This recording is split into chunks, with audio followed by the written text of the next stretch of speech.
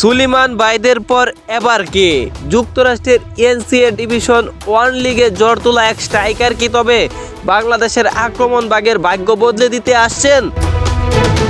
বাফুফের রাডারে এক নতুন সেনশন টেবর ইসলাম। 21 বছর বয়সী এই তরুণ খেলেন স্ট্যানফোর্ড ইউনিভার্সিটির হয়ে।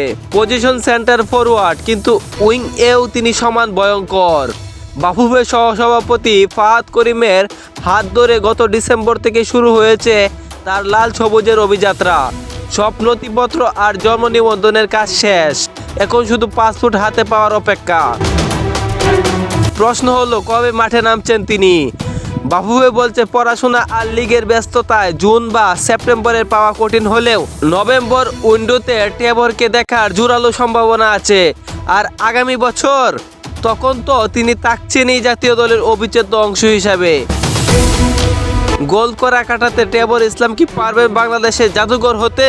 এখন সবচেয়ে বড় প্রশ্ন, টেবর ইসলাম কি পারবেন বাংলাদেশের আক্রমণ ভাগে নতুন প্রাণ ফিরিয়ে আনতে, নাকি তিনি থাকবেন শুধু আরেকটি অপেক্ষার নাম?